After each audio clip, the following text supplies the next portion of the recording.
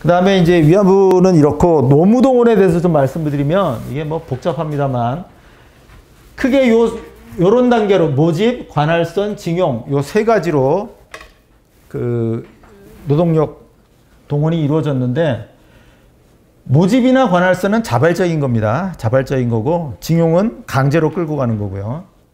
그런데 모집은 여기 나왔습니다만 39년도 9월부터 시행이 된 거고, 관할선은 이건 그러니까 총독부가 좀 더 적극적으로 나서서 동원을 이끌어 간다는 얘기죠. 이건 42년도 2월부터 시행이 된 거고, 징용은 우리나라에서는 44년 9월부터 시행이 된 겁니다. 그러면 44년 9월에서부터 시행을 하는데, 이게 45년이 되면 전황이 악화돼서 거의 배가 못 다녀요. 배가 일본에서 나와가서 가면은 거기 폭격맞기가 딱 좋습니다. 그래서 45년도에는 거의 노무동원이 잘 안 됩니다. 45년도 특히 뭐 한 3월, 8월에 항복하잖아요. 그러니까 징용은 대단히 짧은 시기에 시행이 된 것이다. 예? 징용은 예를 들어서 이런 영장이 나오는 거죠. 이거는 징용 고지서 이렇게 돼 있는데, 영장이 나와서 이제 끌려가는 게 징용이에요. 이거는 김병식이라는 사람이 일본의 홋카이도 탄광 기선 주식회사에 홋카이도에 있는 유바리 광업소라는 곳에 갔는데, 1942년도 10월 달에 처음에 갔어요. 갔다가 44년도 4월에 이 광업소가 또는 이 회사가 군수회사로 지정이 되면서 현원징용이라 그래가지고 새로 끌려가는 게 아니라 그냥 징용이 된 거예요. 일은 똑같이 하는데. 그럼 뭐가 달라지냐? 임의로 그만둘 수가 없어요. 이제는. 그런 식으로 달라지는 게 현원징용입니다. 근데 엄밀한 의미의 징용, 그러면 이런 게 예를 들어서 조선에 있는 사람한테 이런 고지서 영장이 떨어져 가지고 강제로 일본으로 일하러 가게 되는 거, 이게 이제 그 징용이 되겠죠. 그런데 모집 관할선이라고 해도 다 일본의 뭐 탄광이라든가 건설 현장이라든가 공장이라든가 여기서 필요한 거예요. 그럼 그 회사의 그 노무 담당자들이 필요해서 조선에 오는 건데, 미리 일본 정부에 얘기를 해요. 후생성 뭐 이런 곳에 얘기를 하고, 그 후생성에서 조선 총독부에 연락해서 어느 회사에서 몇 명이 필요해서 간다. 그러니까 알아서 협조를 해줘라. 이렇게 일본에서 요청합니다. 그러면 총독부는 그 탄광에 한 500명이 필요하다 그러면 500명? 그러면 500명을 이번에는 뭐 전라북도 어느 지역 여기에서 그 보내자. 이렇게 결정을 해서 거기에 할당을 해버려요. 그러면 이거를 생각해 보세요. 그러니까 우리가 생각해도 500명을 모으는데 이거를 전국적으로 뿌리면은 한 사람 한 사람, 그러니까 몇 명씩, 3명씩, 뭐 10명씩 이렇게 모으면은 훨씬 비용이 많이 들겠죠. 그래서 대개 보면 한 지역에서 집중적으로 뭐 어떤 군에서 뭐 100명, 80명, 어느 또 옆 군에서 또 뭐 100명, 이런 식으로 해서 대개 노무자들을 데려갔습니다. 그러니까 이 모집 관할선을 하더라도 이 총독부가 나설 수밖에 없습니다. 총독부 본부에서 도에 할당하고, 도에서 군에 할당하고, 군에서는 면에 할당하고, 그러면 면에서 이제 면의 그 노무계가 마을로 가는 거예요. 그 탄광회사 직원하고 같이 가서 가면은 이제 사정을 알잖아요. 어느 지역에 어느 집에 뭐 일할 만한 사람 남자가 있다 없다 이런 걸 아니까 그 집에 가서 야 일본에 가서 일할래? 일해라 이렇게 권유를 합니다. 그런데 우리나라 사람들이 탄광에 가서 일하는 거는 당시 별로 좋아하지 않았고, 그래서 안 갈라 그래요. 그러면 거기 대해서 가라고 이제 갖고 프레셔를 하죠. 압력을 넣습니다. 약간의 그런 좀 강권이라 그럴까? 강하게 권하는 이런 건 있는데, 뭐 납치하듯이 끌고 간 건 아니다 하는 얘기예요. 이게 이제 어떤 노무동원 제도고요. 얼마나 외국으로 그러니까 조선 외부로 나갔느냐? 우리나라 조선에서 일본으로 간 게 71만, 일본 본토로 간 게 이 정도 되고요. 71만 또는 72만 이 정도 되고, 사할린 쪽으로, 이 남사할린으로 간 게 16,000명 정도 됩니다. 그럼 70만도 많은 숫자고 16,000명도 적은 숫자는 아니죠. 많은 숫자입니다.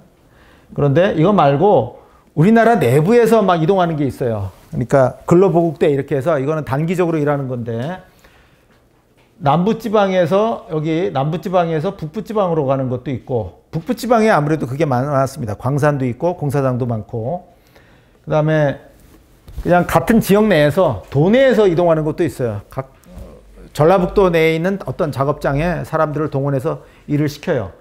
이렇게 동원된 사람 수는 굉장히 많은데 이건 가서 잠깐 일하다가 다시 돌아오는 거죠. 이래서 이거는 크게 문제될 게 없는데 이렇게 일본으로 간 사람들 주로 이제 후쿠오카의 탄광이라든가 오사카의 공장이라든가 또는 이 홋카이도의 탄광이라든가 여기 탄광은 이 홋카이도랑 이 후쿠오카라 큐슈에 많았습니다. 그래서 이 여기에 간 사람들이 또 사할린의 탄광으로 간 사람들이 대표적인 그 노무동원된 사람들이다라고 하겠고요.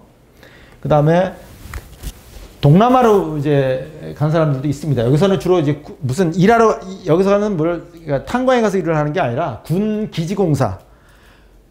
그 대표적인 게 남태평양에 이제 과달카날이라고 하는 솔로몬 제도의 섬이 있는데 거기에 비행장을 만들어요. 뭐 한 3,000명인가를 투입해서 비행장을 만들었는데 비행장 만들자마자 미군이 거기를 이제 공격을 해가지고 미 해병대가 거기를 점령합니다. 물론 점령하는 과정에서 굉장히 치열한 전투가 벌어지고 이러는데 이런 군 기지공사에 가게 되고 또 포로감시원 이런 걸로도 가게 돼요. 그래서 이게 이 동남아로 간 사람들이 한 36,000명 정도 되고 이 남태평양에 있는 섬, 뭐 괌, 또 이 뭐 미크로네시아, 그다음에 팔라우 이런 섬으로 간 사람들이 한 6,000명 정도 되는데 여기는 사탕수수 농장에 간 사람들이 있고 역시 마찬가지로 군기지공사로 하는 사람들이 있습니다. 6,000명이라고 해도 적은 숫자는 아닙니다. 그러면 일본으로 간 사람들은 작업장에서 사고가 나서 죽는다거나 이런 경우가 아니라면 다 돌아오는데 이 사람들은 이 동남아라든가 이쪽에 간 사람들은 폭격을 맞아서 일본이 패전할 때 그렇게 해서 죽은 사람도 있습니다. 못 돌아온 사람들이 우리 요쪽에서는 꽤 많다. 그렇게 말씀드릴 수 있어요. 이게 실상인데 이게 좀 전에 봤습니다마는 일본 기업이 요청하고 일본 정부가 총독부에 의뢰하고 그래서 총독부가 정책적으로 인원을 파악해서 동원한 게 요 빨간색으로 표시한 거예요. 노무동원에 의해서. 동원이라는 게 어떤 주체가 있잖아요. 데려가는 주체가 있어요. 그래서 일본 총독부에 의해서 일본 제국주의에 의해서 일본으로 간 사람들이 39년부터 해서 45년까지 한 72만 명 정도 된다 이런 얘기입니다. 이건 일본으로 간 사람들. 그런데 일반 도항자가 있어요. 일본으로 간. 이건 자기가 가고 싶어서 가는 겁니다. 어때요? 더 많죠? 그러면 이렇게 생각해 보셔야 돼요. 이거는 뭔가 끌려갔다고 하는데 이거 총독부가 모집, 관할선 또는 뭐 아니면 나중에 징용, 요 44년도에는 징용까지 들어가서 9월부터 뭔가 약간 가라고 막 압박을 해서 데려간 사람들인데 그 일본을 마지못해 끌려간 것 같아요. 근데 그보다 훨씬 더 많은 사람들이 자기 의사로 일본으로 가요. 그럼 이건 뭘까? 사실은 이 두 개가 크게 안 달라요. 크게 안 다른 겁니다. 다만 여기는 아까 말씀드렸지만 탄광 이런 쪽으로 데려가는 경우가 많았고 그럼 탄광에 가서 일하기 좋아하는 사람이 누가 있겠어요? 그러니까 탄광으로 잘 안 가려고 그러고 가서는 도망가는 사람들이 또 많아요. 이렇게 가서는 그래서 어떤 작업장은 도망률이 40%가 돼요. 그럼 그걸 가지고 자 봐라. 간 사람들이 40%나 도망갔으니까 얼마나 가기 싫어했겠느냐. 그래서 강제동원이다. 이렇게 얘기를 하는 사람들이 있습니다. 그러니까 좌파 역사학자들이 그렇게 얘기를 하는데 이게 무슨 군대는 그 탈영하기 쉽지 않잖아요. 도망가기 쉽지 않은데 그런 식으로 강하게 통제하는 것도 아니다 이런 얘기예요. 40%가 도망갈 정도면은 일반 작업장이 있고 작업장이 나와가지고 기숙사에 가고 그러니까 숙소죠, 숙소에 가서 한밭집이라 그러나요? 거기서 자고 다시 일하러 가고 이런 과정에서 중간에 도망가는 이런 그러니까 그만큼 그렇게 통제가 심하지 않았다 하는 또 그런 측면도 있습니다. 어쨌든 이 일제 말에 일본으로 이렇게 사람들이 대거 가는데 이거는 일본에서는 계속 이때 남자들을 군으로 징집합니다.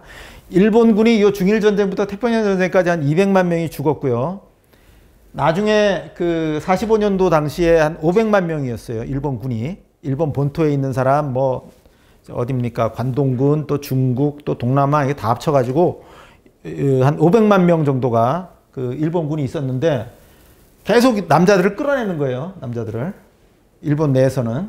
그러니까 남자들이 부족해지잖아요. 그러니까 일본의 일자리가 그러니까 일자리는 넘치고 사람이 필요한 거예요.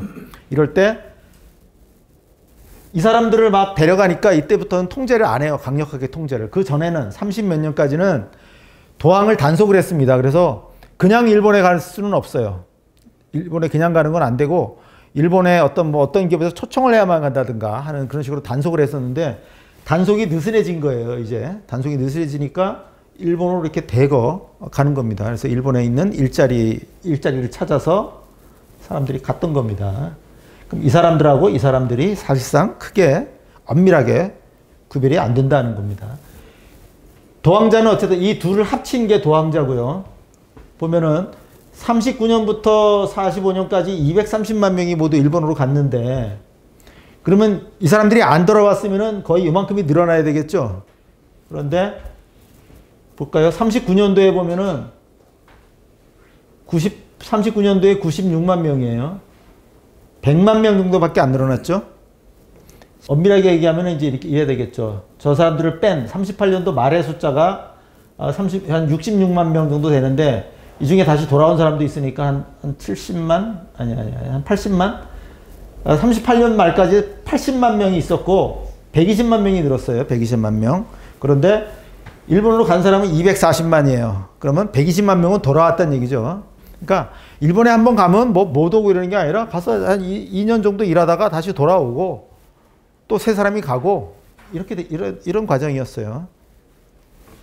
이게 어쨌든 노무동원의 그 큰 흐름이라고 할 수 있는데